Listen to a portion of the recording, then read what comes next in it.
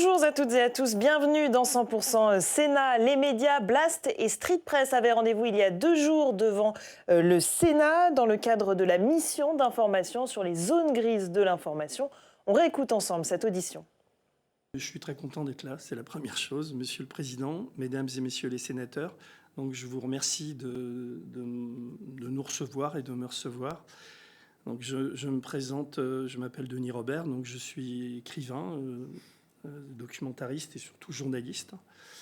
Et je représente ici Blast, le souffle de l'info, en tant que président-directeur général et co-directeur de la rédaction. Donc je suis cofondateur, enfin j'ai lancé Blast, mais je ne suis pas tout seul. Enfin, on est un groupe d'une dizaine au départ à l'avoir lancé. Je reviendrai sur le lancement, les détails et tout, parce que je pense qu'on est, très original dans le paysage à tous les niveaux, et on a aussi sans doute un besoin d'explication. Donc Blast est un média qu'on a créé en 2001 avec une idée simple, et je dirais presque une nécessité, refaire du journalisme libre dans un paysage médiatique où cette liberté est devenue de plus en plus fragile et contestée. Nous avons créé Blast parce que nous avons constaté, comme beaucoup de citoyens, une défiance croissante à l'égard des médias. Et cette défiance n'est pas un fantasme. Elle est liée à la concentration des médias entre les mains de quelques acteurs économiques, à des logiques industrielles qui ne sont pas celles de l'information, et aussi à des formes de plus en plus élaborées d'autocensure. Je vais d'abord faire une remarque et une présentation un peu personnelle. Si un type comme moi, j'ai 67 ans, j'ai été journaliste pendant presque 15 ans à Libération. J'ai quitté Libération pour écrire des livres, dont les plus connus, enfin pas les plus vendus, mais les plus connus sont ceux qui concernent l'affaire Clearstream, où j'ai subi pendant 10 années une procédure judiciaire que j'ai fini par gagner tous mes procès, puisque la Cour de cassation a dit que mon enquête, bien que décriée, était sérieuse, de bonne foi et servait l'intérêt général. Il y a une jurisprudence de la Cour de casse qui porte mon nom et le nom de Clearstream et qui accorde une plus grande liberté aujourd'hui aux journalistes. Donc les ennuis judiciaires sont terminés pour moi en 2011 et je me suis consacré à l'écriture de livres. Donc j'ai écrit une trentaine de bouquins, des essais, des romans, à la réalisation de documentaires. Et j'étais plutôt dans un confort à la fois humain, matériel. J'étais heureux d'être sorti de ces galères. Et c'est assez étrange pour quelqu'un aux abords de la soixantaine de se dire je me lance dans le combat journalistique, je reviens au journalisme au quotidien, alors que j'avais décidé d'arrêter. Et si je l'ai fait, c'est parce que la situation politique et médiatique du pays m'était personnellement insupportable. C'est-à-dire je ne pouvais plus dîner avec des amis ou rencontrer des gens en plein mouvement des Gilets jaunes, alors que la police et le gouvernement étaient aux abois. Il y avait ce que je considère comme des mensonges médiatiques écrits autour de ces Gilets jaunes. Et c'est ça qui m'a motivé pour refaire du journalisme. Donc je l'ai fait dans un premier temps. On a fait appel à moi pour relever les finances d'un média qui s'appelle Le Média. Et puis ensuite, j'ai donc, avec une dizaine d'amis, lancé Blast. Je fais ce préambule parce que, voilà quoi, c'est pas anodin pour quelqu'un dans une vie de choisir de se remettre au combat. On m'a proposé de faire de la politique, d'entrer dans des partis. J'ai toujours refusé parce que je pense que je suis plus utile à faire ce que je fais en ce moment, mais je trouve aussi très utile que vous fassiez ce que vous faites en ce moment, c'est-à-dire qu'on a besoin, nous, médias indépendants et médias tout court, d'être compris et entendus par les politiques, quoi. Donc je reprends mes notes. Donc Blast a été lancé. Donc on a donc voulu construire un média qui ne dépend ni d'un milliardaire, ni d'un annonceur, ni d'aucun pouvoir politique, ni d'aucun syndicat. Blast a été lancé grâce à une campagne de financement participatif. Dès le départ, ce sont les citoyens qui ont rendu possible son existence. Blast est une société coopérative à intérêt collectif. On appelle ça une SCIP. Et une ESPI, une entreprise solidaire de presse indépendante. Son indépendance est garantie par ses statuts et l'articulation de sa gouvernance en 5 collèges. Blast n'offre aucune rémunération à ses sociétaires. Tout est réinvesti dans l'outil de travail. Depuis son lancement, Blast bénéficie de l'agrément de la Commission paritaire des publications et agences de presse, ce qui atteste que nous répondons aux critères d'un service de presse en proposant un contenu d'intérêt général, un travail journalistique et une régularité de publication. Aujourd'hui, Blast, c'est 6118 sociétaires. Ça, c'était au moment de l'Assemblée générale de juin dernier. Aujourd'hui, on a dépassé les 7000. Blast, c'est à ce jour 33 625 abonnés. Nos abonnés sont un peu notre fer de lance, quoi. C'est 4500 dons en moyenne par mois. Et après, si on rentre dans les chiffres des abonnés, c'est donc en l'espace de presque 5 ans, c'est 1 640 000 abonnés individuels sur YouTube. Blast, c'est 2212 vidéos disponibles en accès gratuit sur YouTube et sur notre site, qui ont généré 456 336 364 vues. Donc je répète, 456 millions de vues depuis la création de Blast. C'est aussi 700 000 followers sur Instagram. C'est une application gratuite qu'on a créée et financée et qui a aujourd'hui plus de 30 000 téléchargements. C'est également un site d'information et on a publié depuis notre création 1764 articles et enquêtes et combien de brèves à peu près 600 brèves. Parce qu'on fait des brèves qui sont des trucs de moins d'un feuillet, inédits tous les jours, et qu'on diffuse sur les réseaux sociaux. Et c'est également, parce qu'on oublie souvent, 435 podcasts originaux depuis la création. Donc aujourd'hui, en termes de personnes qui y travaillent, il y a plus de 40 équivalents temps plein. Et je crois que le mois dernier, on a fait 102 fiches de salaire. Donc, quand il y a les équivalents temps plein, et également des chroniqueurs qui sont payés en droit d'auteur, il y a beaucoup d'intermittents et il y a des pigistes occasionnels. Nos contenus sont accessibles à toutes et tous parce que nous considérons que l'accès à une information libre, indépendante, sérieuse et rigoureuse ne doit pas être réservé à celles et ceux qui peuvent payer. Et cette idée qui génère une économie du don est souvent compliquée à comprendre pour les gens qui ne sont pas à l'intérieur de la machine comme moi. Par ailleurs, nous assumons un modèle de responsabilité collective. Ceux qui veulent que cette information existe s'abonnent ou font des dons pour permettre précisément qu'elle reste accessible à tout le monde. C'est-à-dire les gens qui adhèrent à Blast et où ils font des dons, ils le font justement pour ça. Donc c'est un acte généreux. Quand je suis allé, après le crowdfunding, voir un banquier pour obtenir un prêt que je n'ai jamais obtenu, on a obtenu 0 prêt de personne, le banquier n'arrivait même pas à imaginer que ça puisse exister et tout le monde nous prévoyait qu'on se plante au bout de quelques mois. Et même moi, aujourd'hui, je suis surpris de notre succès qui est assez fulgurant et qui fait qu'on reste fragile, mais quand même, cette économie fonctionne et je pourrais m'en expliquer par ailleurs avec des chiffres. Nous avons donc pu...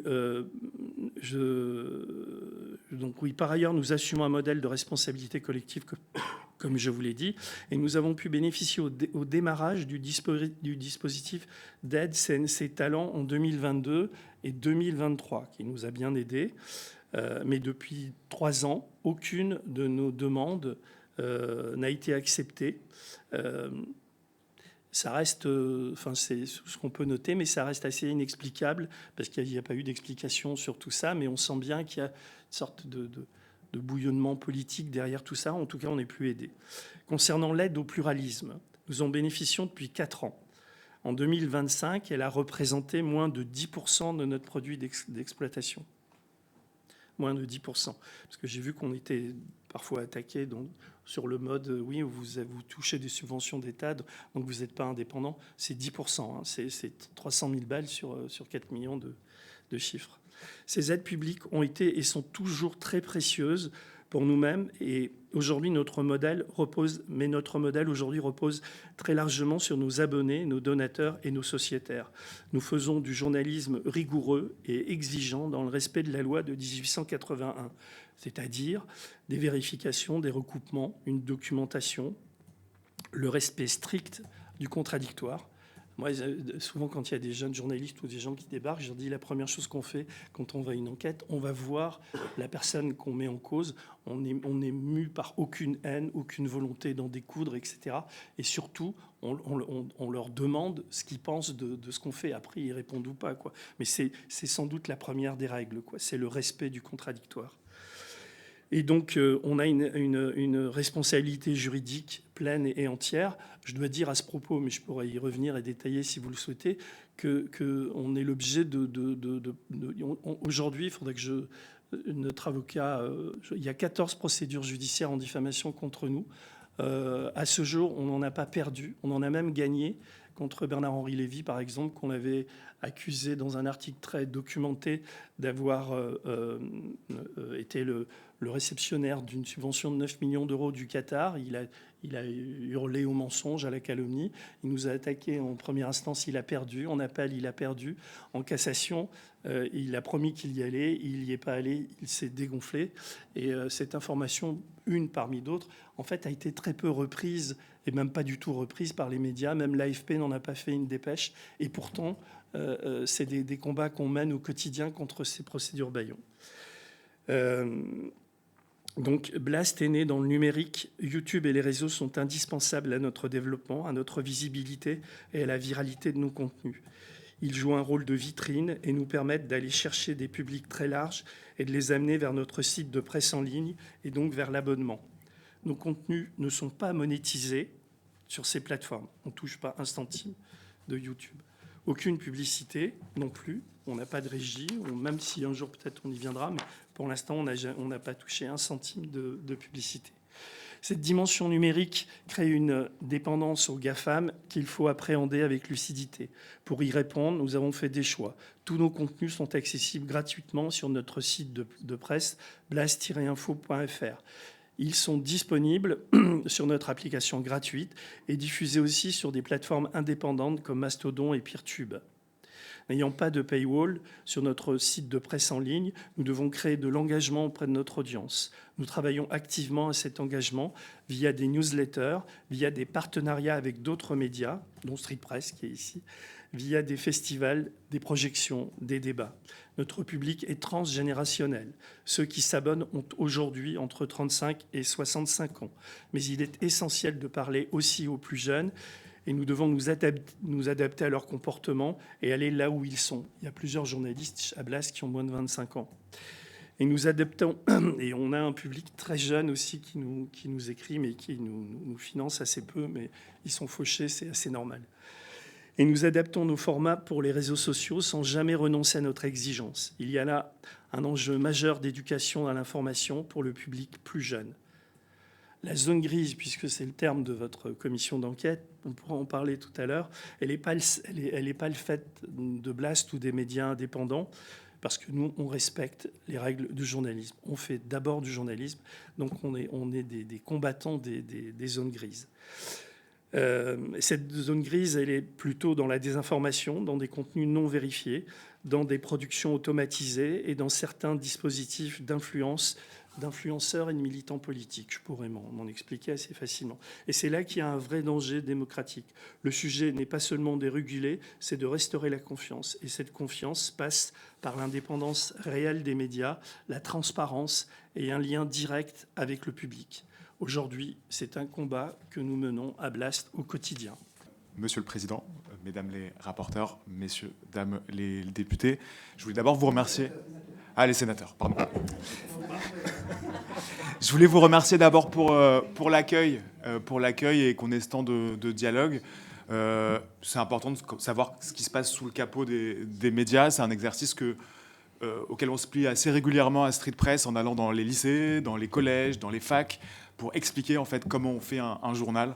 Je trouve ça chouette que vous nous invitiez, qu'on ait cette conversation aussi. Pour me présenter, je suis Joe Weiss, je suis le fondateur de Street Press. Street Press, c'est un média d'investigation et un média de reportage qui a 16 ans maintenant, qui chaque mois est lu par 10 à 15 millions d'internautes français. La tranche d'âge principale sur Street Press, c'est des Françaises et des Français qui ont entre 20 et 35 ans.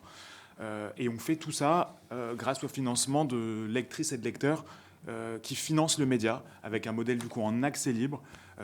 Vous avez votre bac en poche, vous pouvez lire Street Press, même si votre compte en banque n'est pas bien fourni. Ça nous permet de pousser nos contenus et de pousser nos enquêtes, nos informations, là où parfois il peut y avoir aussi des fake news. Et on pense que les true news, les vraies informations, vérifiées minutieusement par des journalistes, des rédacteurs en chef, des secrétaires de rédaction, elles doivent être accessibles par tout le monde. C'est pour ça qu'il y a ce modèle. Et comme je le disais, qui est financé par aujourd'hui 15 500 donatrices et donateurs de Street Press.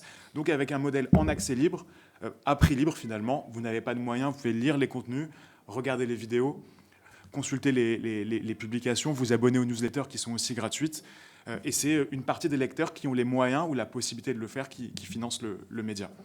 Je profite du titre de la commission de travail qui est les zones grises. Peut-être pour vous rassurer, il n'y a pas vraiment de zone grise à Street Press. D'abord parce que on fait ce travail de transparence, comme je le disais, toute l'année, dans les événements qu'on organise avec nos lectrices et nos lecteurs. Quand on fait ce travail aussi, qu'on est invité à intervenir auprès de publics jeunes ou moins jeunes, d'expliquer comment on travaille, comment on gagne de l'argent, comment on le dépense, qui fait quoi dans la rédaction, comment on choisit un sujet, comment on va le traiter. Aussi toute l'histoire des sujets sur lesquels on travaille et qui ne sortent pas parce que on n'a pas toutes les informations nécessaires à la publication. C'est quelque chose qui revient souvent à Street Press. Et puis aussi, on publie chaque année un rapport annuel qui est une œuvre de transparence. On pense qu'être transparent sur comment le média fonctionne, comment il est financé, à qui il appartient, comment les décisions sont prises, c'est une manière aussi de gagner la confiance des lecteurs. Donc ce boulot-là, on le fait toute l'année pour éviter justement les zones grises. Dans tous les cas, je pense qu'une rédaction, ça reste quand même une boîte noire. On a du mal à comprendre comment on va choisir des sujets, choisir de ne pas traiter des sujets. Mais voilà, on essaye de les rendre les plus transparentes possibles, ces rédactions, en expliquant comment on travaille. L'autre raison qui fait qu'il n'y a pas de zone grise à Street Press, c'est qu'en tant que directeur de publication du média, je suis responsable de chaque ligne qu'on écrit dans le journal, de chaque minute de vidéo qu'on publie sur YouTube, de chaque extrait qu'on publie sur les réseaux, de chaque newsletter qu'on envoie. Et les citoyens peuvent s'en saisir. Vous savez qu'en France, la mise en examen pour les affaires de presse est automatique. Donc si vous décidez, par exemple, que vous voulez attaquer telle ou telle publication pour, par exemple, des motifs de diffamation, vous pouvez le faire. Le juge sera obligé de procéder à la mise en examen. Et donc, il y aura une procédure. Pour ce qui concerne Street Press, on est aujourd'hui à 18 procès qui sont en cours actuellement. Plus d'une cinquantaine depuis la création de Street Press.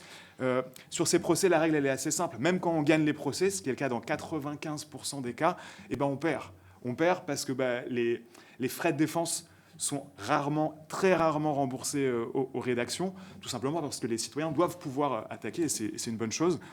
Et du coup, par exemple, si on prend 2024 et 2025, c'est un peu plus de 100 000 euros de frais de défense pour notre rédaction. Mais je pense, là encore, que c'est important de rappeler, que c'est le droit de la presse qui s'applique à un média comme Street Press, et c'est une bonne chose. Et deuxièmement, on reparlera peut-être après de ce que nous, on appelle des procès bâillons, parce qu'effectivement, il y a quand même un pattern sur qui attaque Street Press. On est souvent sur des édiles qui profitent de la protection fonctionnelle et qui ont des budgets assez illimités par rapport à des petites rédactions comme la nôtre. Dans le temps que j'ai, je voulais vous raconter un petit peu l'histoire de Street Press par rapport aux questions que vous posiez en introduction, Monsieur le Président. Dire comment ça a démarré, pourquoi on fait ça, pourquoi est-ce qu'on a créé un média indépendant, qu'est-ce qu'on met dans cette logique de média engagé, qu'est-ce qui fait qu'on est un média engagé, qu'est-ce que c'est un média engagé concrètement. L'histoire, elle est dure et elle est belle. Pourquoi est-ce qu'elle est dure, l'histoire de Street Press? Elle est dure parce qu'il y a eu toujours des grosses difficultés à se financer. Quand Street Press démarre, on va voir des banques, et on leur explique que on a un projet, on a déployé ça, comment on va le déployer. Aucune banque nous fait un prêt. Alors on a trouvé une petite astuce assez simple que je partage aux gens qui nous suivent en direct. J'ai été voir ma banque et je leur ai dit, voilà, je veux faire des travaux dans ma salle de bain. S'il vous plaît, accordez-moi un crédit à la consommation. Et j'ai obtenu 5 000 euros et c'est comme ça que Street Press démarre. Donc, je pense qu'il y a un petit sujet sur la sous-capitalisation de médias indépendants, de médias libres. Je donne ce conseil si des gens nous suivent parce que ça nous a permis de démarrer et c'est beau. Mais il y a un vrai sujet de financement. Il y a le sujet des procès, j'en parlais. Il y a le sujet de la pression sur les journalistes. On est une rédaction de 23 journalistes qui, au quotidien, reçoivent des menaces de manière quotidienne. On reçoit peut-être tous les 2-3 mois des menaces d'attentats contre la rédaction de Street Press, ce qui nous a poussé à déménager, à mettre en place des mesures de protection d'un niveau que je n'imaginais pas quand on a démarré le média. Des tentatives de doxing, donc de divulgation de données personnelles de membres de la rédaction ou de partenaires, ou encore récemment des ingérences russes, en l'occurrence, où on a des hackers russes qui ont cloné les profils de nos journalistes pour créer de faux médias, pour diffuser de fausses informations. Qui nous mobilise et qui mobilise nos avocats. L'histoire, je disais, elle est dure, mais elle est aussi belle. Comme je vous disais, c'est 10 à 15 millions de gens qui nous lisent chaque mois. Une tranche d'âge qui renouvelle aussi la tranche d'âge des gens qui s'intéressent auprès de médias d'information politique et générale. Concrètement, c'est 23 journalistes et vidéastes qui sont salariés à temps plein au sein du média. Et chaque année, des centaines de pigistes, donc de journalistes indépendants, de photographes, d'illustrateurs, d'illustratrices qui travaillent avec nous. Je trouve que c'est beau. On a de l'autre côté Bolloré qui va racheter plein de médias, les mettre à sac, les vider ses rédactions de ses journalistes. Parfois, certains employeurs qui remplacent les journalistes par des intelligences artificielles avec les résultats qu'on connaît. Je trouve que c'est important aussi de dire qu'on est sur une belle histoire, une histoire de presse, où c'est des journalistes et des vidéastes qui fabriquent cette information. Le fait que ce soit un accès libre et accessible à tous, je pense que c'est un point qu'il faut noter. Et le financement par la communauté de lectrices et de lecteurs, comme on dit aujourd'hui, c'est pas anecdotique. C'est quelque chose qu'on a mis en place. Nous, on a 16 ans. Le financement participatif n'existait pas vraiment fin 2009 quand Street Press démarre, où c'était balbutiant et on ne l'avait pas vu. C'est quelque chose qu'on a mis en place en 2019, le financement par les lectrices et les lecteurs. Donc c'est le combat des 7 dernières années à Street Press. On se disait vraiment qu'un média, pour être indépendant, et ben en fait, la logique, c'était qu'il devait être financé par les gens qui le servaient. C'est-à-dire qu'on est au service des citoyens dans un média. Donc c'était important d'aller chercher le financement des citoyens pour financer une rédaction. On ne s'interdit pas de temps en temps, parce qu'il faut aussi boucler le budget, d'aller chercher de la publicité qui arrive par exemple sur YouTube, et on pourra en parler. Mais voilà, le cœur du financement de Street Press, ce qui fait vivre les journalistes, c'est les dons des lecteurs qui financent le média. Alors, de quoi on parle sur Street Press? Qu'est-ce qui fait qu'on est un média engagé? Quand on lance le média, on se dit que on n'a pas envie d'être un média comme on les voyait beaucoup en 2019, des chaînes d'infos qui sont un peu des canards sans tête de l'information, qui vont, pour certains journaux, sortir jusqu'à 300 articles par jour, ni être un média qui va compter les points. On va interviewer les parties prenantes sans forcément aller chercher un regard particulier. Non, ce qu'on voulait, c'était créer un média qui change les choses. Alors, on a tout de suite dit on veut être un média d'impact. C'est quoi un média d'impact? On fait un travail journalistique et on veut que les choses sur le terrain dans la vie des gens.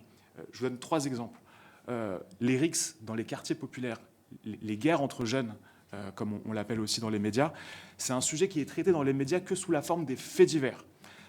Or, dans la vraie vie des gens, c'est plusieurs morts par an, c'est des dizaines et des dizaines de familles qui sont dévastées par des gens qui ne sont pas forcément morts, mais qui peuvent être blessés, invalides. C'est des familles qui sont séparées en prison. Vous avez cette logique aussi de revanche et de vengeance. Et on n'a pas de politique publique en France sur ce sujet. On a une gestion micro-locale de ces sujets. Et même sur les territoires, les gens n'ont pas d'outils de prévention. En 2020, on a sorti une série avec le service public qui s'appelle RIX, la première saison. On l'a ressorti en 2022, autofinancé par Street Press. Et là, on travaille à l'écriture de la 3e saison de cette série.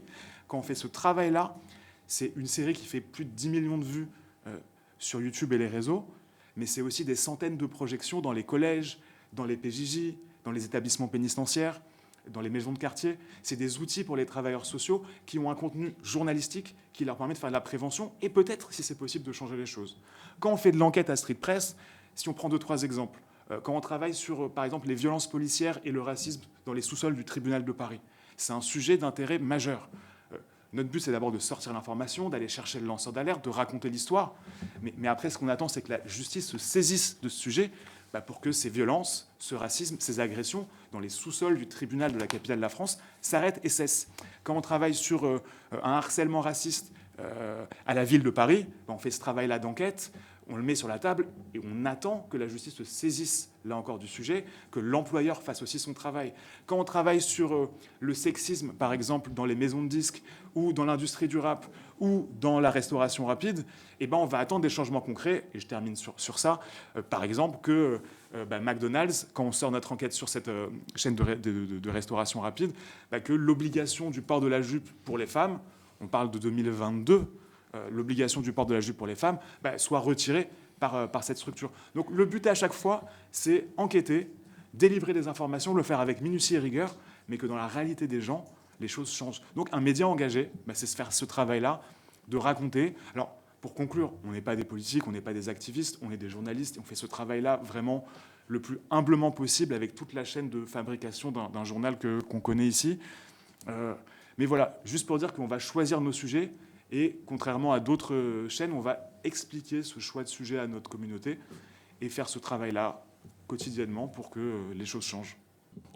Bon, je vais enchaîner d'ailleurs je vais démarrer avec un désaccord avec toi, Yvan, parce que je pense que les médias qui diffusent des mauvaises informations, des fake news, etc., loin de disparaître, augmentent et pullulent. Et c'est un vrai problème. Donc, pour répondre à votre première question qui concerne l'évolution des médias ces derniers temps, moi, je vois un désastre en cours qui est complètement lié aux oligarques et aux types qui possèdent ces médias. Et évidemment, à commencer par Vincent Bolloré et puis Sterrin derrière. C'est-à-dire on a deux patrons milliardaires d'extrême droite qui sont vraiment là pour amener l'extrême droite au pouvoir, quoi. Et c'est d'autant plus glaçant quand on connaît l'histoire, et grâce d'ailleurs à un certain nombre de contenus qu'on a diffusés sur Blast, que je vous invite à voir, parce que c'est assez passionnant. Là, je viens de finir un abécédaire avec Johan Chapoutot.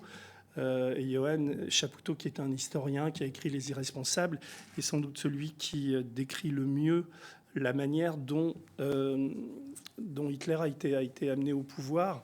Alors évidemment, dès qu'on rentre sur ce terrain-là, on objecte le fait que, oui, mais vous ne pouvez pas comparer Bardella à Hitler ou le RN aux nazis, etc. Ce n'est pas du tout ça le problème. Le problème, c'est de rentrer à l'intérieur du moteur et de la mécanique et de voir comment, dans ces années 30, de la même manière exactement aujourd'hui, on laisse faire un Bolloré, Sterrin, et puis qui infuse d'ailleurs sur d'autres.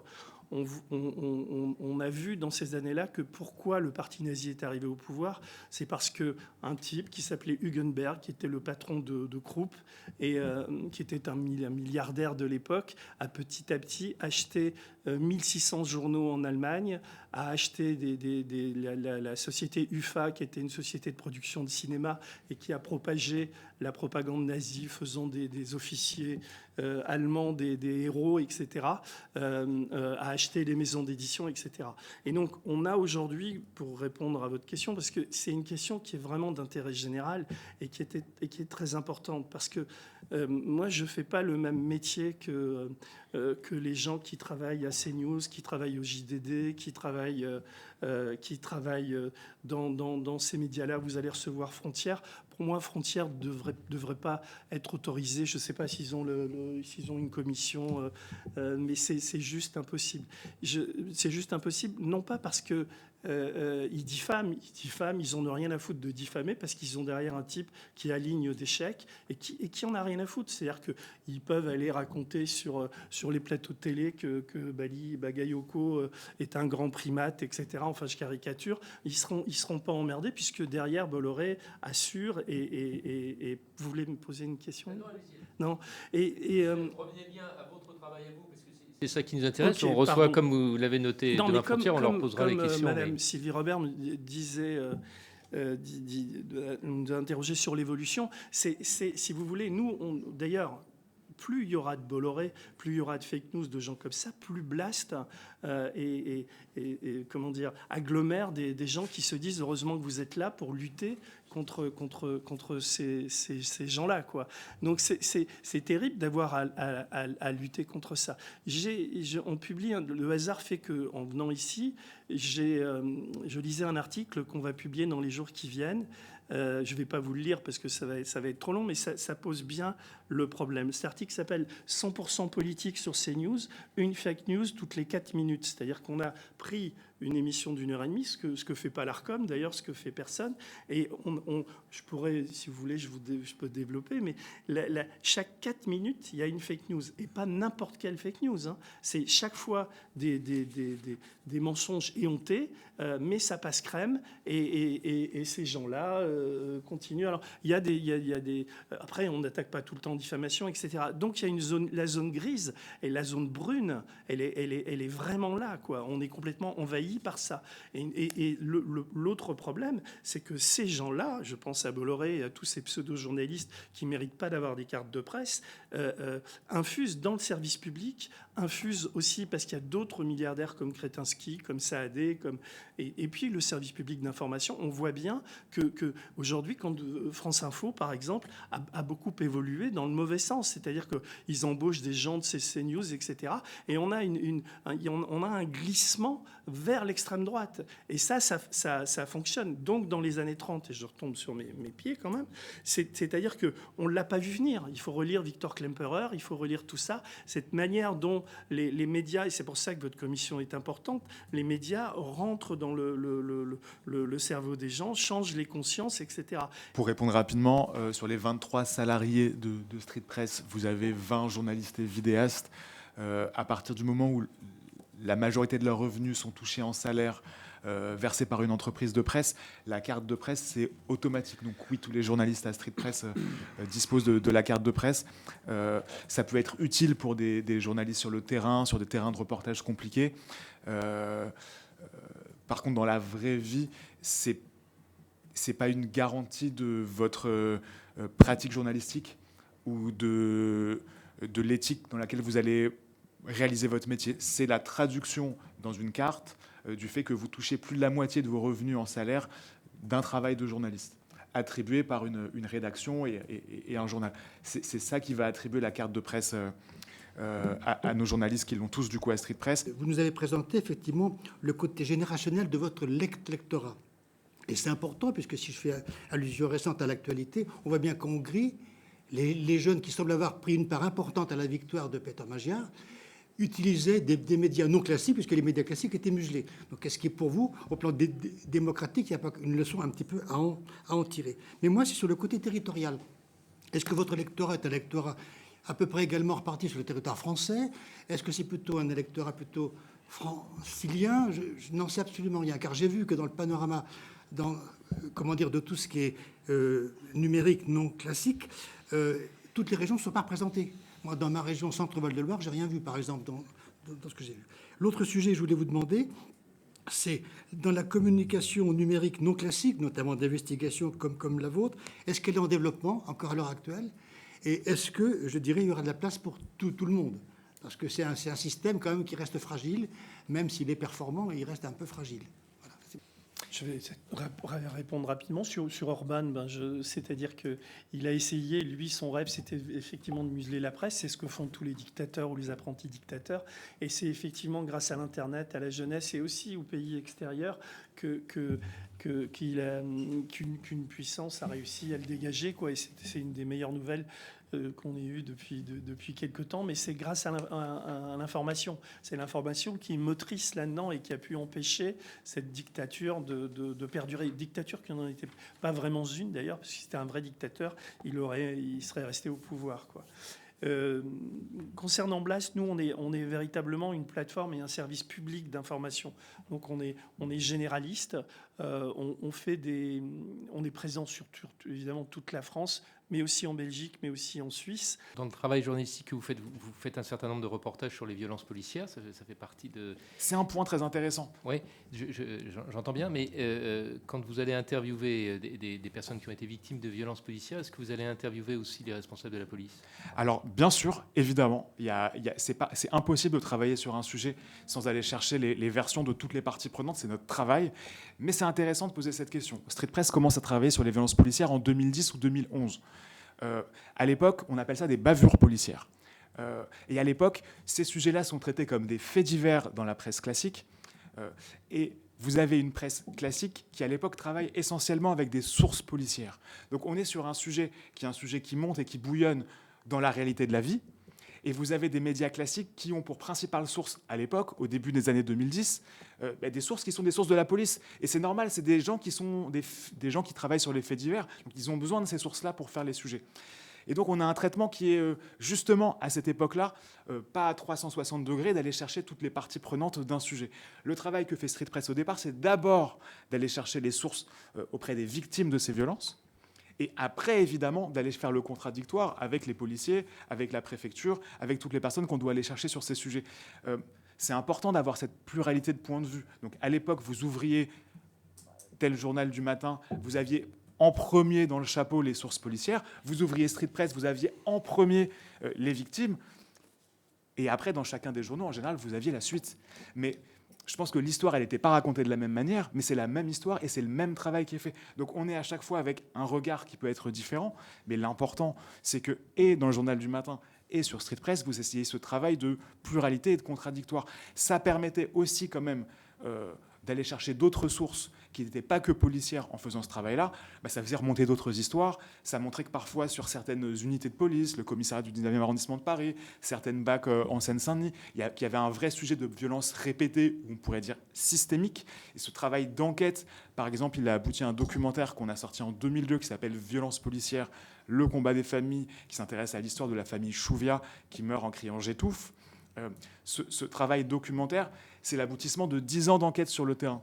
Et à chaque fois, le travail, c'est d'aller chercher les victimes, les sources sur le terrain et évidemment les sources policières. C'est notre travail de faire ce boulot de contradictoire. Si on ne le faisait pas, on ne serait pas des journalistes. Ouais. On va s'arrêter dans quelques minutes. Donc, rapidement, il y a une question de Sylvie Robert. Non, mais juste pour entendre M. Duroy et M. Robert aussi sur la limite, la frontière entre information et opinion. Est-ce que vous pensez, par exemple, que ce qui s'est passé à Gaza, c'est une opinion? Est-ce qu'on peut avoir une opinion sur le génocide ou pas, quoi?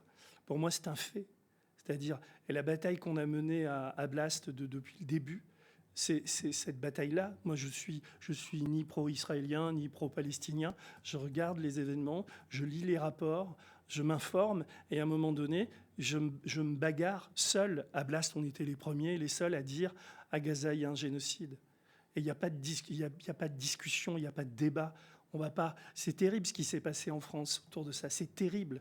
Et de voir que les politiques se sont autant compromis dans cette espèce de pseudo-débat qui n'a pas lieu d'être.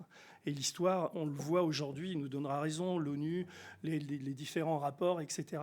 Et avec ce qui se passe au Moyen-Orient, c'est encore beaucoup plus important d'être journaliste jusqu'au bout des ongles et de revendiquer une rationalité, quoi, et pas une opinion. Après, quand je fais un édito, quand je suis énervé, par exemple, par rapport à ce qui se passe à Gaza, ou quand je regarde à la télévision, que je vois un certain nombre de choses, je donne mon opinion, mais c'est souvent une critique des médias ou une critique des politiques qui est virulente. Mais bon, et c'est pour ça d'ailleurs qu'on est attaqué, qu'on est parfois censuré, etc.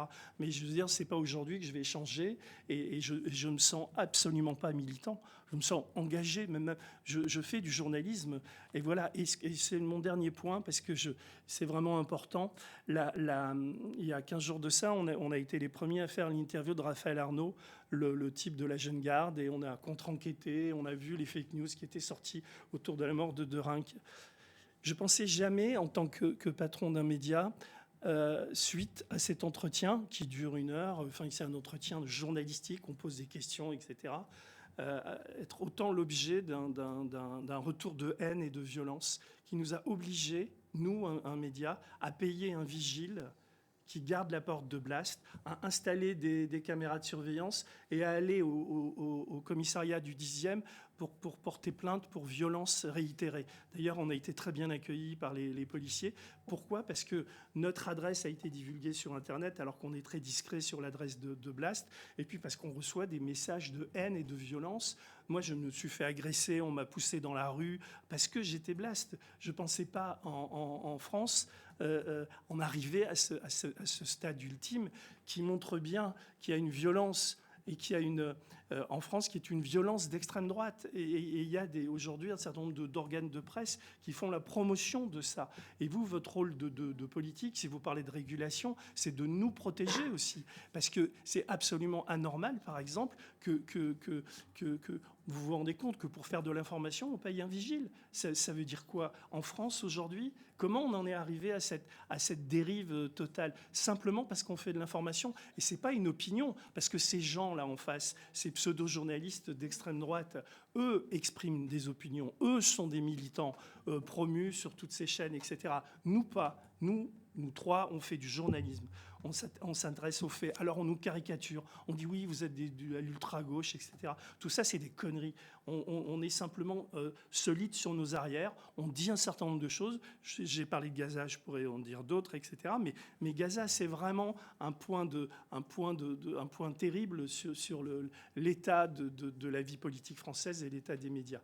Donc voilà, c'est ce que je voulais dire sur cette question de l'opinion et de l'information. En tout cas, merci de nous avoir permis de... Ça nous arrive assez rarement, voire jamais, de parler de ce qu'on fait, quoi. Moi, j'ai juste une dernière question, puis on va s'arrêter. On a déjà un quart d'heure de retard, donc une réponse courte. Si un homme politique choisit ses journalistes et invite les journalistes qu'il veut à une conférence de presse, vous y allez ou vous n'y allez pas ? Vous pensez à Mélenchon en disant... Non, mais allez...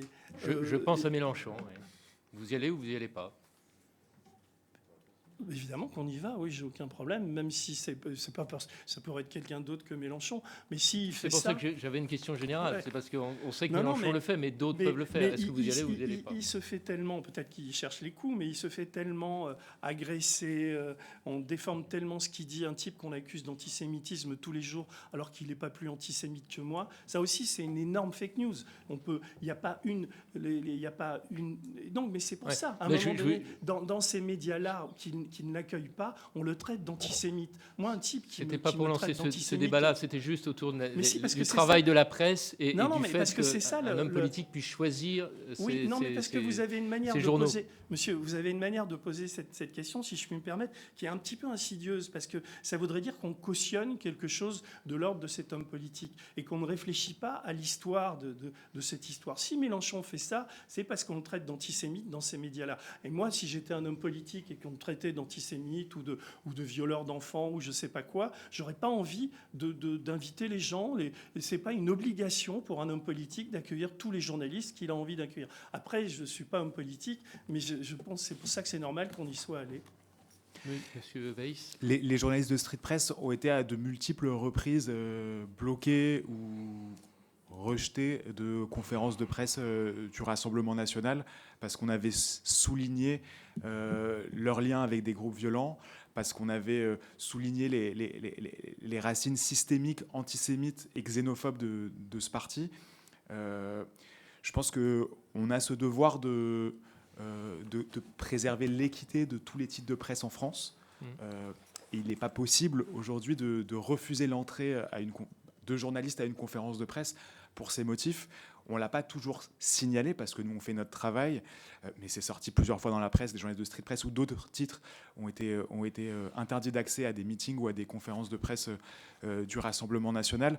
Je pense que c'est des points de vigilance majeurs et en aucun cas, la manière dont on va traiter d'un sujet ou de partis politiques dans nos colonnes doit nous interdire l'accès à une conférence de presse.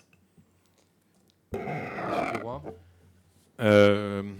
Oui, pour ce qui est de... Enfin, si nous, on apprend qu'à une conférence de presse, quels qu'elle soit, des journalistes ou des médias sont exclus a priori, alors qu'il n'y a pas de motif. Enfin, je pense, en tout cas, des médias qui n'ont pas été condamnés à provocation à la haine raciale ou à la discrimination. Effectivement, je pense qu'on le dénoncera. Mais ça, c'est valable pour les conférences de presse de Mélenchon, puisqu'on en parle, jusqu'à l'Élysée, qui choisit les journalistes qui vont l'interviewer quand il y a des entretiens présidentiels, etc. Donc ou des premiers ministres qui vont dire « je veux bien être interviewé par tel journaliste de votre rédaction, mais pas par celui-ci ou celle-ci ». Donc je pense que c'est un problème au niveau politique qui se pose à tous les niveaux. C'est à la rédaction, aux médias, à partir du moment où il a décroché l'interview, de dire c'est ce journaliste ou ces journalistes qui t'intervieweront et pas quelqu'un d'autre. Et toujours dans le cadre de cette mission d'information sur les zones grises de l'information, la Commission de la Culture recevait hier Éric Tegner, le fondateur et directeur du média Frontières. On écoute. Comment vous assurez la pluralité des points de vue lorsque notamment vous traitez des sujets politiques ou des sujets sensibles? Alors, on ne fait pas autant de politique que ça. Vous parlez pour l'émission ou pour Frontières? Non, pour votre travail en général.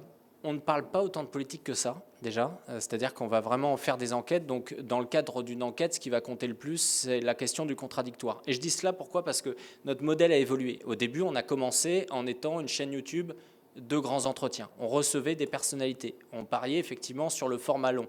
Or, sur les réseaux sociaux, le format long, c'est développé à vitesse grand V, tout le monde en fait aujourd'hui. Donc à ce moment-là, moi, ça ne m'intéresse plus de faire la même chose que les autres. Et donc l'enjeu à ce moment-là, ça a été de faire de l'enquête et du reportage. Donc dans le cadre d'une enquête, ça va être uniquement la règle du contradictoire. C'est-à-dire qu'il faut comprendre aussi un élément, c'est que pour réaliser ces enquêtes, c'est 3 mois de travail. C'est-à-dire que je peux avoir aujourd'hui 4 à 5 journalistes plein temps qui sont rémunérés en CDI pour travailler pendant 3 mois sur une enquête. Et ça, je pense qu'il y a très peu de rédactions en France qui le font. Très peu. C'est la raison pour laquelle on arrive à attirer des talents. Parce que je leur donne une totale liberté. Ils vont venir me voir, ils me disent, il y a un sujet.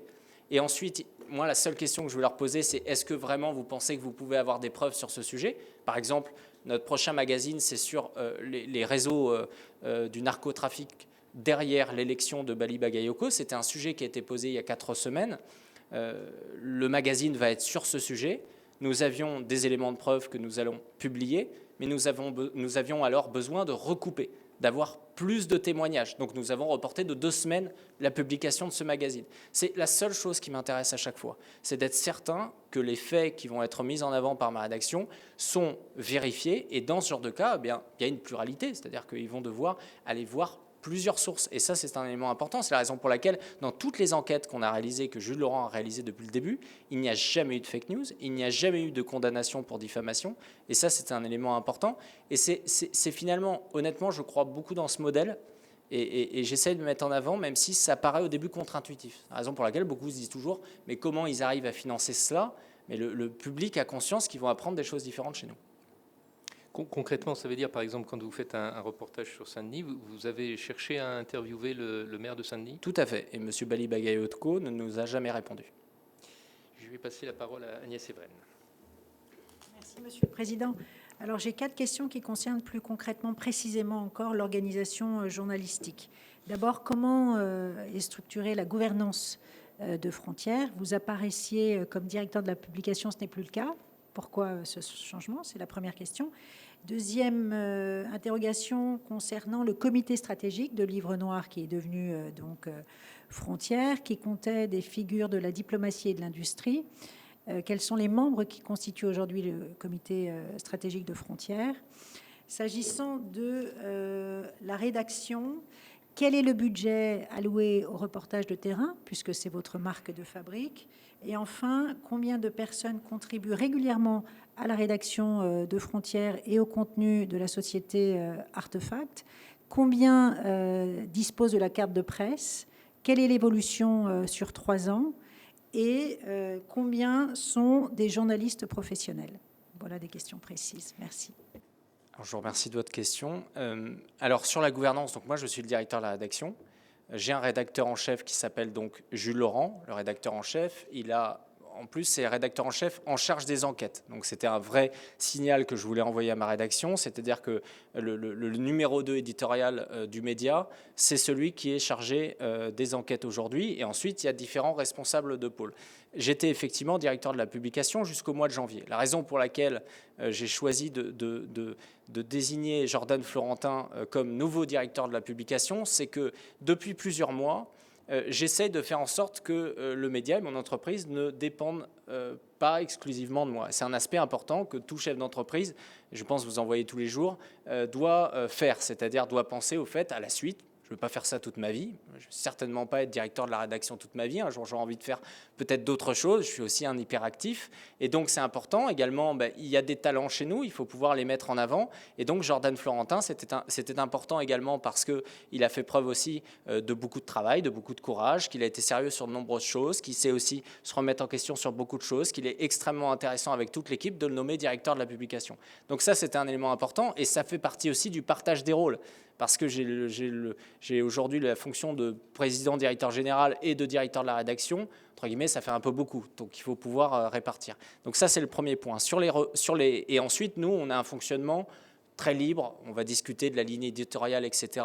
Mais objectivement, moi, à titre personnel, depuis plusieurs mois, je pense que je n'interviens plus que dans 5% des décisions de la rédaction, c'est-à-dire la validation du sujet du magazine, ce qui est le plus important, la validation de la couverture du magazine et ensuite les grands reportages qui vont demander des budgets plus conséquents. Mais tout le reste aujourd'hui fonctionne de façon très autonome et j'en suis très heureux parce que c'était le défi depuis le mois de septembre.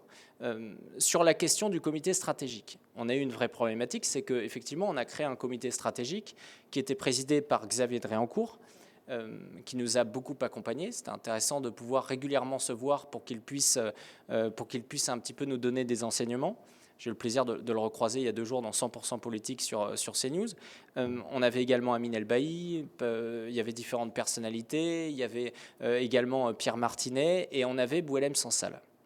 Et on a eu un énorme problème l'année dernière, que vous avez tous connu, c'est qu'évidemment Boualem Sansal a été pris en otage. Pris en otage pourquoi ? Parce qu'il a donné un interview chez Frontières. Et donc ce sont ses propos chez Frontières qui lui ont valu d'être mis en prison. Et lorsque ça a été connu en France, France 5 s'est livré à une diatribe contre Boualem Sansal en expliquant que dans le fond, il était d'extrême droite parce qu'il faisait partie du comité stratégique de Frontières. Ce jour-là, eh bien, on a mis en sommeil le comité stratégique. Je n'ai jamais cherché à en parler.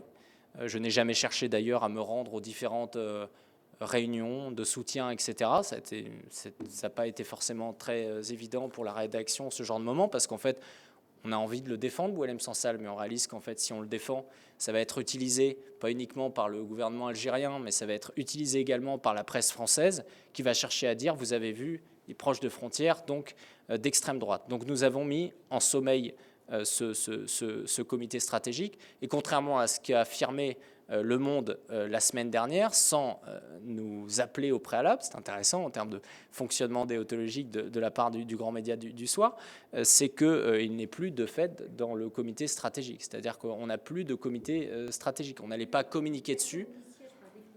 Personne n'y siège par définition parce qu'il y avait je vous parle honnêtement, il y avait cette gêne, c'est-à-dire qu'on ne va pas faire un comité stratégique sans Boualem Sansal, on ne va pas communiquer sur ce sujet, donc on a tout simplement mis les choses en sommeil. Okay. Et il y avait la question, pardonnez-moi, du reportage. Voilà. On est aujourd'hui, et je pourrais vous envoyer les détails plus précis, si on ne prend pas en compte les journalistes qui sont mobilisés sur les reportages aujourd'hui nous coûtent un peu plus de 100 000 euros en termes de déplacement, en termes d'investissement d'essence, etc. On a une voiture de société qui, aujourd'hui, tourne absolument toute la semaine. On se déplace absolument partout. Par exemple, Jordan Florentin peut tout à fait être à Carcassonne, il peut être en Bretagne sans que je n'en sois informé. Il a une totale liberté sur ses reportages. Et donc, aujourd'hui, on est à peu près à 100 000 euros. À cela, on a une vraie problématique depuis 6 mois, c'est qu'on a un budget de sécurité qui est très important. Donc aujourd'hui, on a dépassé déjà les 20 000 euros de budget de sécurité, parce qu'aujourd'hui, on a l'obligation de mettre à disposition un service de sécurité à chaque fois qu'on va couvrir des manifestations d'extrême gauche. Et combien de personnes contribuent régulièrement alors ? Aujourd'hui, on a à peu près, on a 22 employés en temps plein, donc entre eux des CDI. On a un seul CDD. J'essaie de faire en sorte à chaque fois de proposer des CDI, avec une moyenne salariale aussi qui est somme toute assez intéressante quand même si ça reste du journalisme. Et ensuite, on a à peu près une quarantaine de personnes qui collaborent autour. Globalement, on a 70% de nos employés qui ont la carte de presse, et ceux qui n'ont pas la carte de presse, ce sont ceux qui sont arrivés récemment. Parce qu'on est aussi dans un métier, il faut le comprendre, on a un petit turnover qui est lié aux menaces qu'on subit. C'est un point important. Il y a des départs de gens qui, évidemment, et je les comprends, peuvent subir des pressions, peuvent être choqués lorsqu'ils vont se rendre sur un reportage. C'est encore arrivé très, très récemment, je vais vous dire, c'est arrivé ce matin. Donc c'est ce genre de situation à laquelle on se trouve. Donc quand il y a des nouvelles personnes, il faut 6 mois pour obtenir la carte de presse aujourd'hui. Et finalement, la seule personne qui ne peut pas avoir de carte de presse, et entre guillemets, j'aimerais alerter la commission à ce sujet, c'est moi. Pourquoi ? Parce qu'il y a un règlement aujourd'hui en France qui fait que si vous n'avez pas de responsable hiérarchique, vous ne pouvez pas avoir de carte de presse.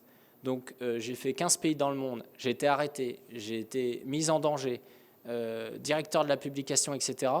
Et je n'ai pas de carte de presse alors que mes alternants peuvent avoir une carte de presse. En règle générale, aujourd'hui, ce qui se passe, c'est que les directeurs, aujourd'hui médias, ont un PDG ou un actionnaire, donc ils peuvent en avoir. Et si jamais il y en a qui, effectivement, n'ont pas de N+1, ils ont été journalistes avant d'être directeurs. Et moi, je suis sur le cas très précis, je pense qu'on retrouvera dans les nouveaux médias aujourd'hui. Mon premier métier de journaliste, ça a été d'être le président de ma société. Et donc, je ne peux pas, je me suis retrouvé, j'ai fait un recours au tribunal administratif, et je ne peux pas aujourd'hui avoir de carte de presse. Même si la carte de presse, entre nous,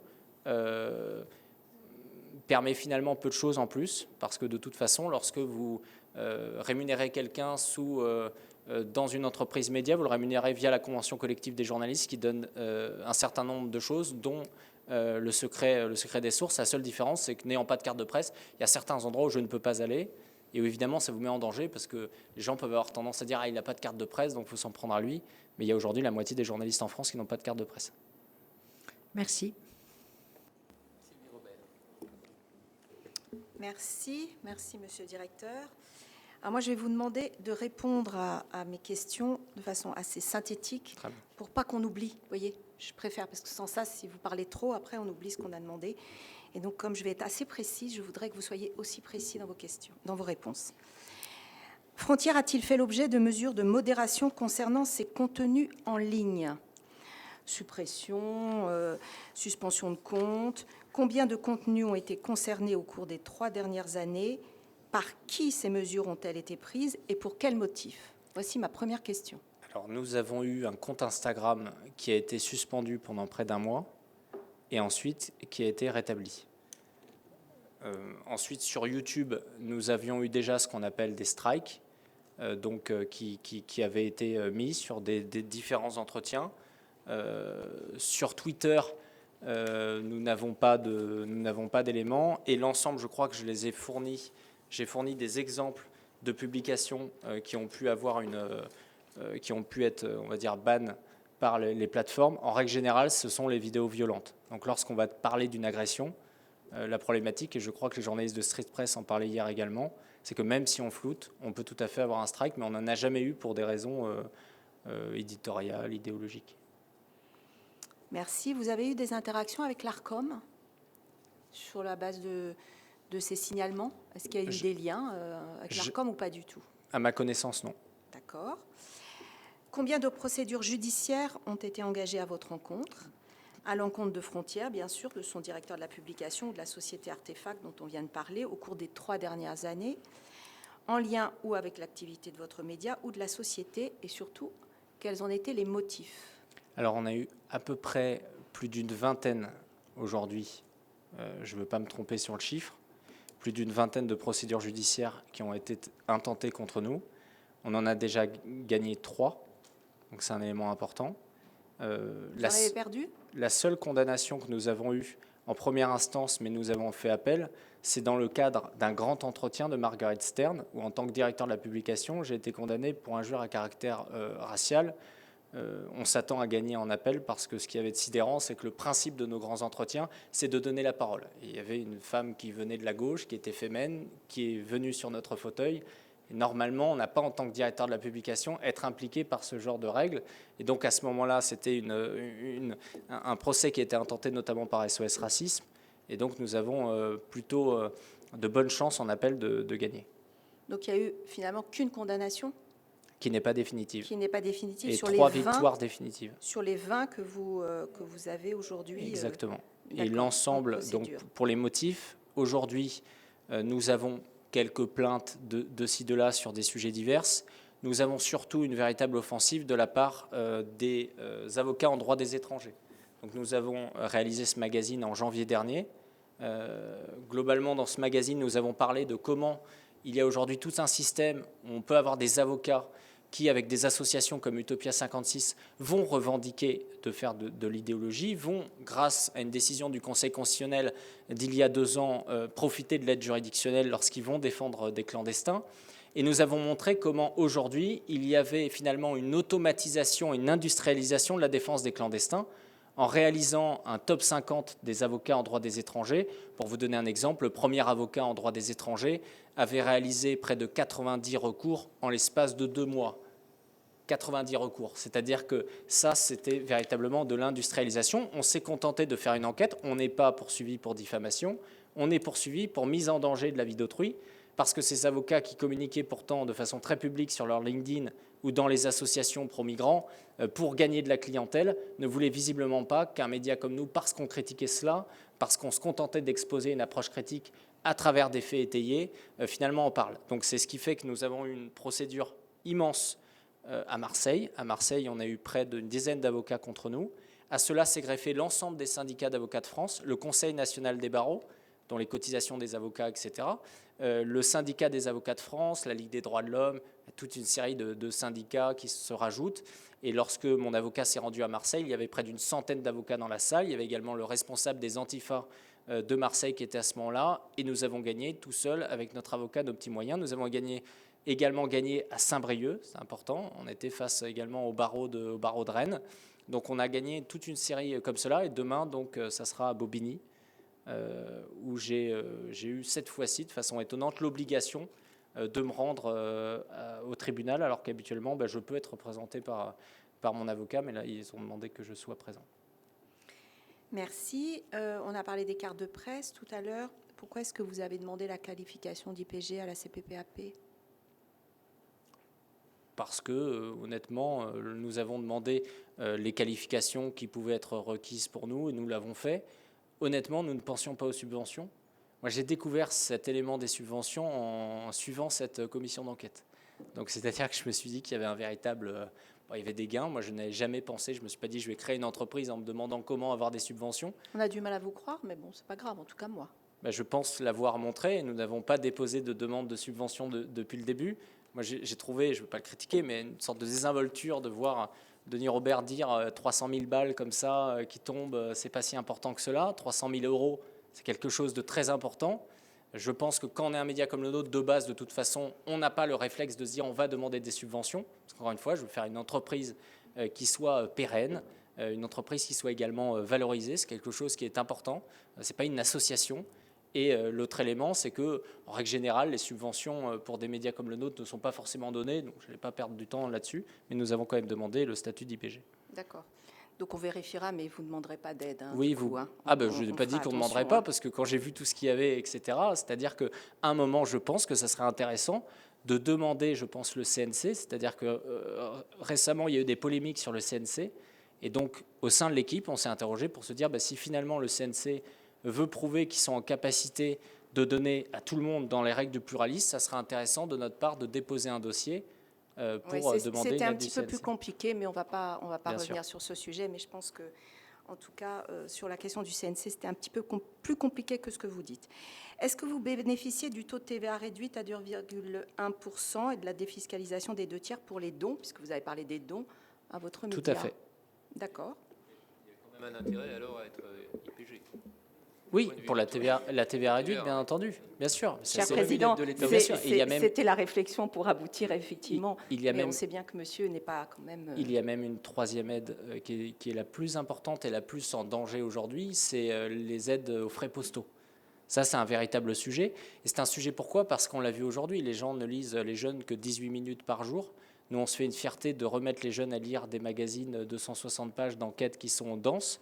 Même certains n'aiment pas ce qu'on va écrire dedans.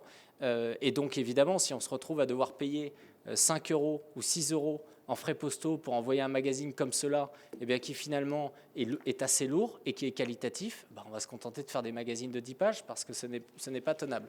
Et qu'aujourd'hui, en effet, les frais postaux vont visiblement, malgré tout, augmenter pour nous. Bien, donc on sait pourquoi vous avez demandé la qualification d'IPG à la CPPAP. Alors, je voulais vous dire, mes collègues sénatrices et sénateurs sont présents dans cette salle, que notre commission est soucieuse d'évaluer si le développement des médias numériques, vous le savez, c'est un peu l'objet de cette commission d'enquête, appelle de nouvelles formes de régulation, notamment pour garantir ce qu'on appelle, de nos voeux toujours, une forme de qualité d'information. Dans un contexte où beaucoup d'acteurs se démultiplient et où on sait très bien que ces acteurs sont aussi dominés par les plateformes, les algorithmes. Si vous avez écouté les différentes auditions, vous avez vu qu'on parle beaucoup des algorithmes puisque ceux-ci ont tendance, et je pense que vous les utilisez et on en parlera tout à l'heure, pour favoriser aussi des opinions beaucoup plus tranchées, beaucoup plus clivantes, en tout cas beaucoup plus orientées. À cet égard, votre média fait l'objet de plusieurs plaintes au Conseil de déontologie journalistique et de médiation. Il y a un fait assez regrettable qui a été celui de l'affaire de la vidéo de notre collègue vice-président du Sénat, Pierre Ouzoulias. L'instance, alors j'ai l'avis, là il a été rendu, mais vous l'avez aussi lu puisqu'il a été public le 24 mars dernier. L'instance estime qu'il était caractérisé à la fois l'atteinte à la dignité humaine, l'atteinte manifeste à l'exigence d'exactitude et de véracité, l'accusation calomnieuse, en l'occurrence ce qui a été fait, l'absence d'offre de réplique, vous parliez beaucoup de contradictoires, on va y revenir, l'atteinte à la vie privée, ainsi que l'absence de mention de cause de fait relatée, en l'occurrence la maladie de notre collègue, puisque notre collègue a dû, vous le savez, faire paraître un communiqué de presse pour dire qu'il était atteint d'une maladie génétique. Cette appréciation du CDJM, vous le savez très bien, s'appuie sur des textes déontologiques très connus, sur des chartes que vous connaissez également, les 3 chartes et la Déclaration des droits et devoirs des journalistes de Munich. Ma première question, est-ce que c'est cela votre conception de la déontologie? Ma deuxième question, est-ce que la vidéo est toujours en ligne? Si tel est le cas, avez-vous l'intention de la retirer? Et enfin, quelles étaient finalement vos intentions en faisant cela? Alors, je vous remercie de me donner l'occasion de m'exprimer sur ce sujet. Et je termine, puisque vous parliez du contradictoire, disant que vous respectiez le contradictoire. Je pense qu'à ce jour, ni Frontières, ni le journaliste, M. Skorokian, c'est ça? Schnorrokian. Bon, pardonnez-moi d'avoir n'ont informé leurs lecteurs du communiqué de presse de M. Ouzoulias, informant de sa maladie justement, et que voilà, c'était aussi dû forcément ce qui avait provoqué en tout cas son malaise au plateau. Je vous écoute. Alors, comme dans effectivement beaucoup de médias aujourd'hui en France, il peut y avoir des erreurs. Et effectivement, la publication de cette vidéo de M. Ouzoulias, qui n'était pas une fausse vidéo, mais qui aurait dû évidemment faire l'objet d'abord d'une question, au moins au Sénat, était une erreur. Et cette vidéo a depuis été supprimée. Je ne crois pas, monsieur. Êtes-vous sûr? Oui, je suis sûr. Je voudrais bien qu'on vérifie si sur le site de Frontières, la vidéo est toujours en ligne. C'est sur les réseaux sociaux qu'elle a été publiée. Donc celle-là, elle a été supprimée sur ma demande, la vidéo de M. Ouzoulias. C'était une erreur et on a essayé de comprendre comment ça s'est passé. C'est-à-dire que nous, il y a une différence aussi entre ce qui peut être publié sur les réseaux sociaux et ce qui peut être publié sur le magazine. Donc typiquement, notre rédacteur en chef qui est chargé des enquêtes, Jules Laurent, n'est pas forcément sur ce type de sujet de la vidéo. Donc la première chose que nous avons mis en place en process, c'est de dire le jour où il y a ce type de vidéo à publier, vous devez en informer Jules Laurent. C'est la raison pour laquelle nous avons également continué à mettre en avant différents journalistes de chez nous pour responsabiliser un maximum de personnes. Donc ça, c'est le premier point qui a été mis en place. Le deuxième point, c'est que pour essayer de comprendre ce qui a pu se passer, parce qu'on essaie de comprendre. Je pense qu'il y a eu de la part du journaliste de chez nous qui a publié cette vidéo, l'idée de se dire que ça avait été supprimé par le Sénat et donc qu'ils allaient la publier. Il y a une différence entre la publication, encore une fois, que je regrette de cette vidéo, parce que j'en assure la totale responsabilité sur les réseaux sociaux de Frontières, mais qui a été faite dans un cadre factuel, et l'analyse qui en a été faite par un journaliste dans un cadre individuel, c'est-à-dire dans un cadre factuel. Il a été décrit quelque chose qui s'est avéré vrai. Et je pense que l'erreur de la part des journalistes de la rédaction qui ont publié cette vidéo, et la mienne de facto, c'est de ne pas avoir su prendre en compte la portée de ce que ça pouvait avoir, et d'autant plus que nous avions à l'époque un journaliste dans la rédaction qui avait exactement la même maladie. Donc c'est-à-dire que ça a évidemment touché la rédaction, et je le regrette, et nous avons mis en place un certain nombre de choses. Je rappelle effectivement que BFM TV avait également fait la même chose, et qu'effectivement on se retrouve aujourd'hui, et je pense que c'est un vrai sujet, c'est qu'il peut y avoir évidemment des erreurs qui sont faites, et vous savez, on les vit également à travers un certain nombre de diffamations qui peuvent être faites contre nous et qui ne sont jamais corrigées. Alors, effectivement, la vidéo est retirée, mais l'info est en ligne. On vient de me donner la capture d'écran avec une photo de notre collègue et forcément une mention aussi de ce qui s'est passé. Je précise que sur le site, effectivement, il y a bien la capture d'écran. En aucun moment, vous ne indiquez que c'est le résultat de la maladie génétique. Voilà, le contradictoire. Par contre, vous précisez bien que quand même Pierre Ouzoulias est un fervent défenseur de la taxe Zuckman. Il a ouvertement soutenu cette mesure qualifiée d'inique par ses détracteurs, ce qui n'est pas en lien direct, me semble-t-il, avec la capture d'écran. Est-ce que vous pouvez vous engager à retirer cette photo et cette annonce? Oui, bien entendu. Parce que ça continue à avoir des millions de vues. Aujourd'hui, on est rendu à 5 millions de vues.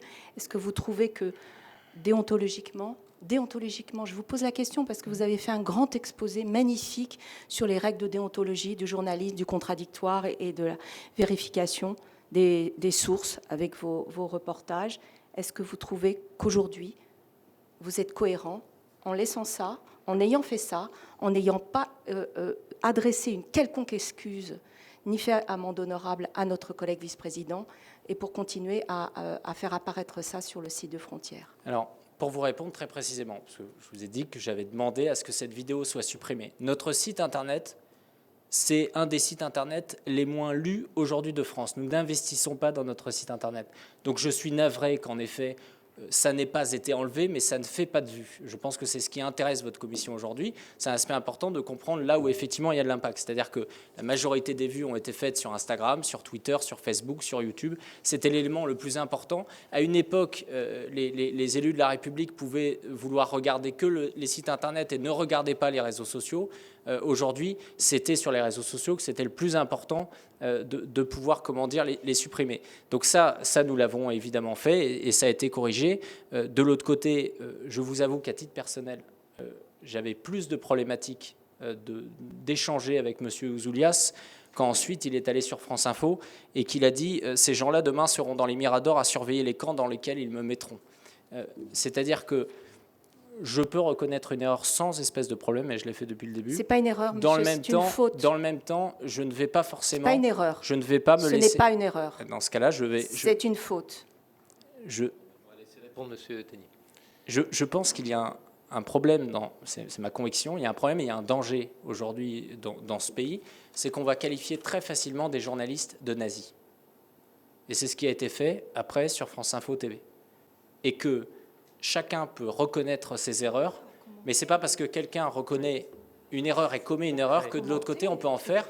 Et le fait de se faire traiter de nazi sur une chaîne d'info publique, ça met mes journalistes en danger. Nous n'avons pas cité France Info, par contre, nous avons cité le CDJM, le Conseil de déontologie journalistique et de médiation, qui dit clairement qu'au regard des règles déontologiques journalistiques, vous avez commis une faute sur ce reportage, enfin sur ces images que vous avez diffusées, et ce qu'on constate, c'est qu'elles sont toujours sur le site, même si vous nous dites qu'il y a moins d'audience sur le site que sur les réseaux sociaux, il n'empêche que votre site avec votre identité clairement affichée. Donc, voilà. Est-ce qu'il y a encore une question? Après, Michel Laugier. Merci, Monsieur le Président. Moi, je vais revenir un petit peu sur le financement de votre structure. J'ai bien compris, il y a les deux parties. Il y a la partie en ligne et vous avez aussi la partie magazine. Vous dites que c'est un magazine qui est lu. Je veux savoir par quelle messagerie vous êtes distribué. Les MLP. Avec MLP. Et donc, vous avez bien sûr la distribution dans les points de vente et vous avez aussi les abonnements qui sont postés, c'est ça? Tout à fait, que nous postons nous. D'accord. Vous pouvez nous dire à peu près ce que représente, quel est le chiffre d'affaires de votre magazine? Parce que bon, quand on mêle les deux, on a un peu de mal à comprendre un petit peu le fonctionnement. Donc moi, j'aimerais bien, c'est parce que là, vous faites un chiffre global, alors que moi, j'aimerais bien savoir comment fonctionnent vos deux parties de votre activité, finalement.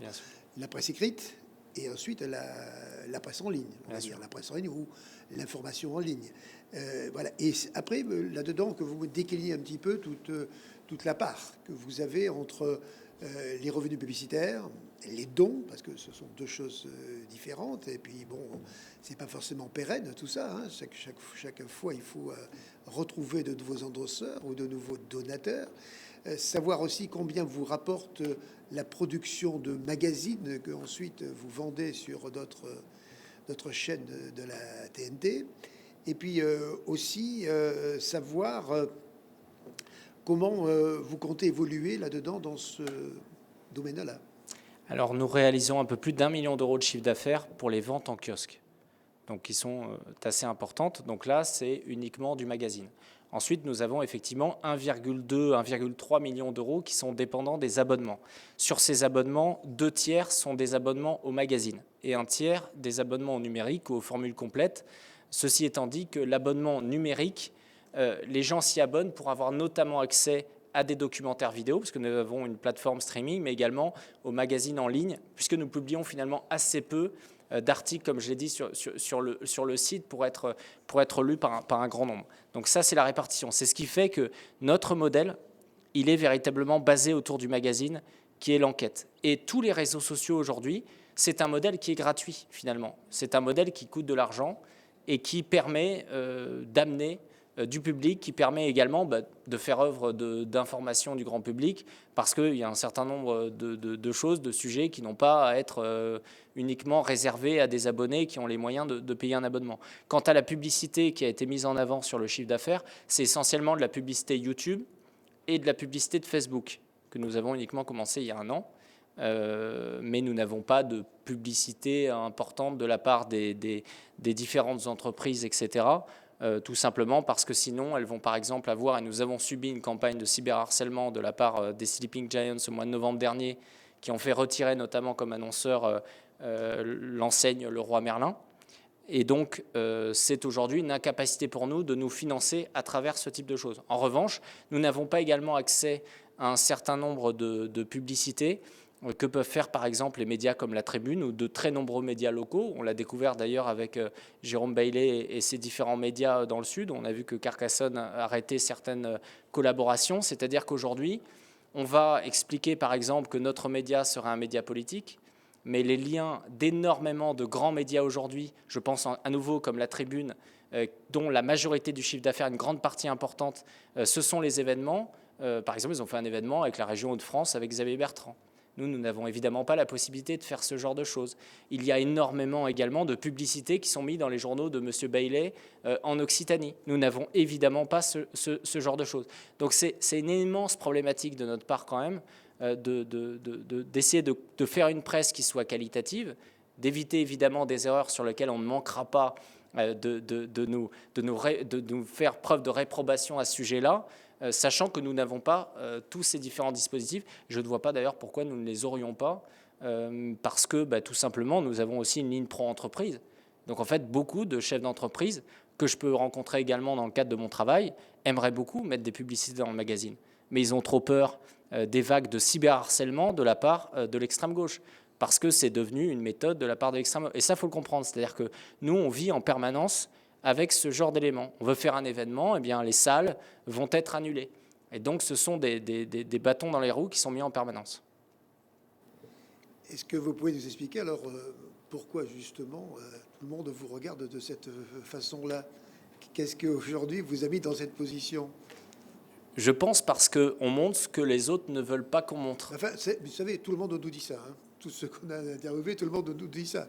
Nous, on montre ce que les autres ne font pas voir. Alors, c'est l'explication donnée par tout le monde. Alors, c'est exactement la même base. Avec une énorme différence, monsieur le sénateur, c'est que la majorité des gens qui ont été auditionnés ici demandaient notre interdiction. C'est-à-dire que j'ai entendu le mot interdiction à chaque fois.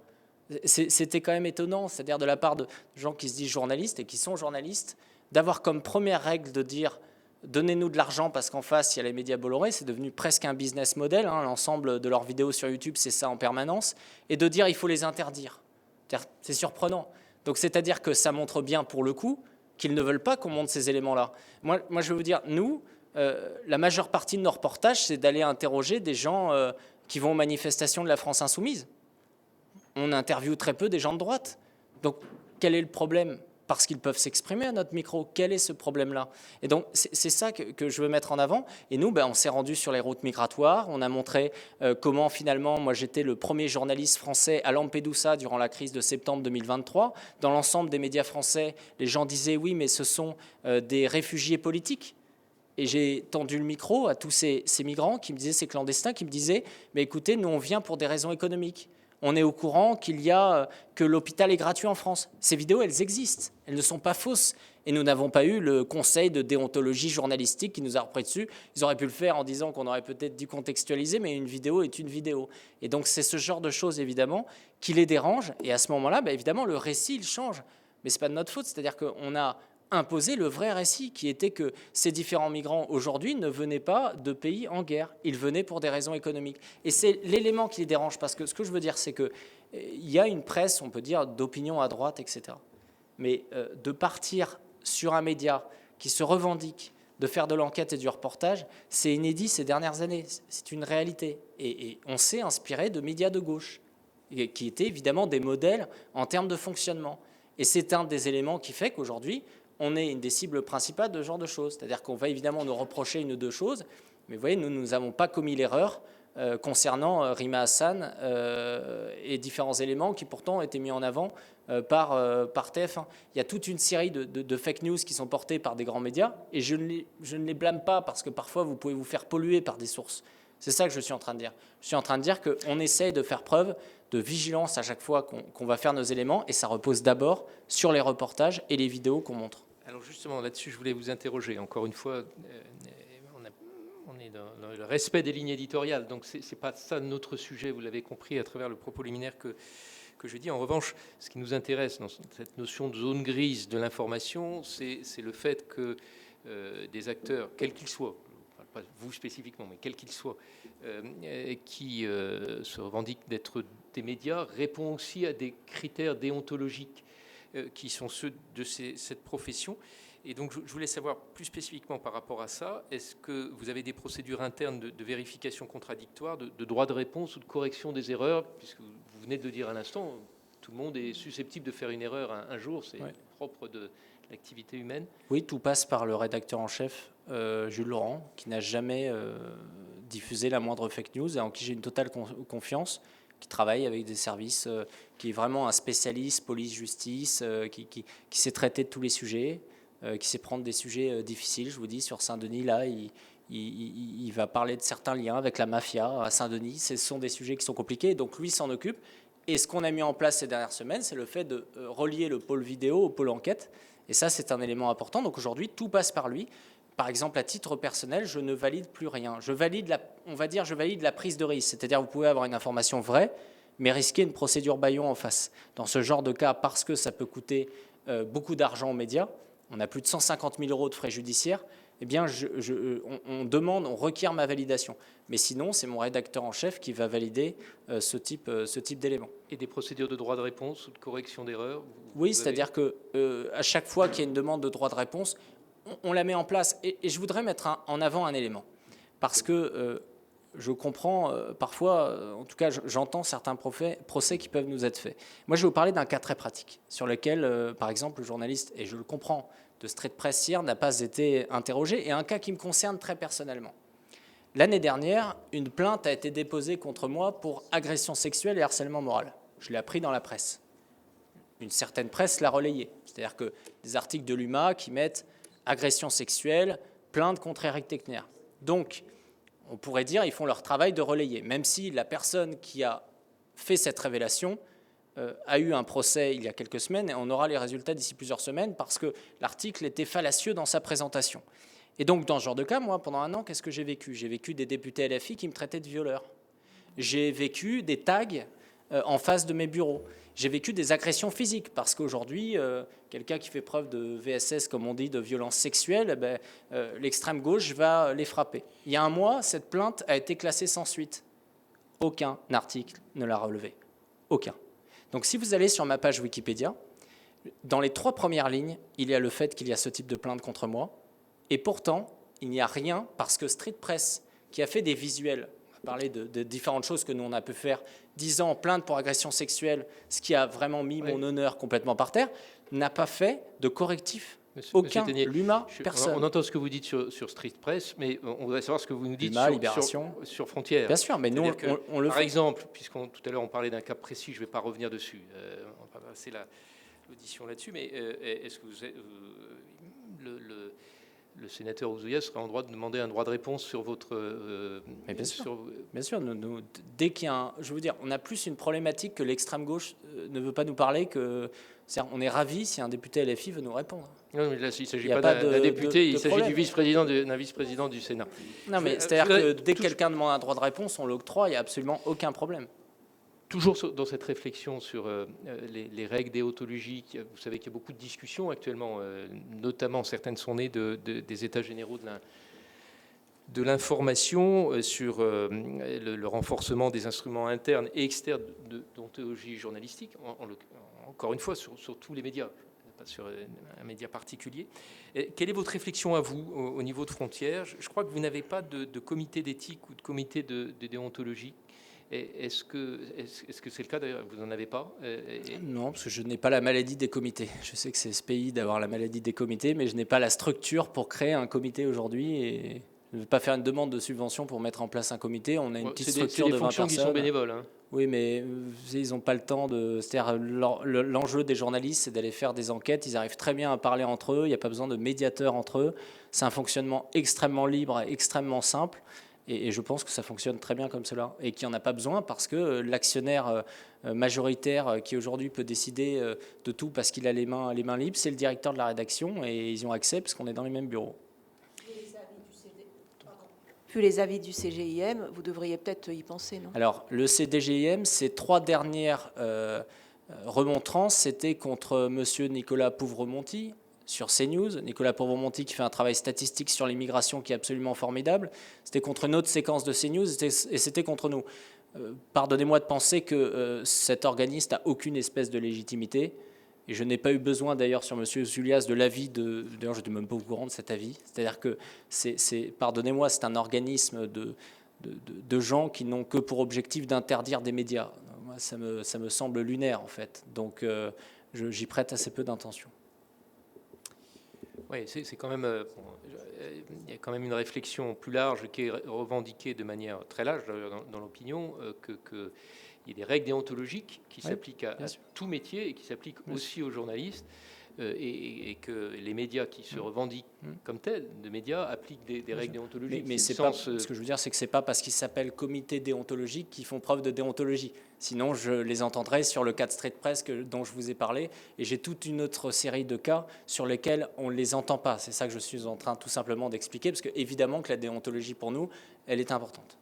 Merci à toutes et à tous d'avoir suivi ces auditions. Pour plus d'informations, rendez-vous sur notre site publicsena.fr. À très vite, belle journée sur les chaînes parlementaires.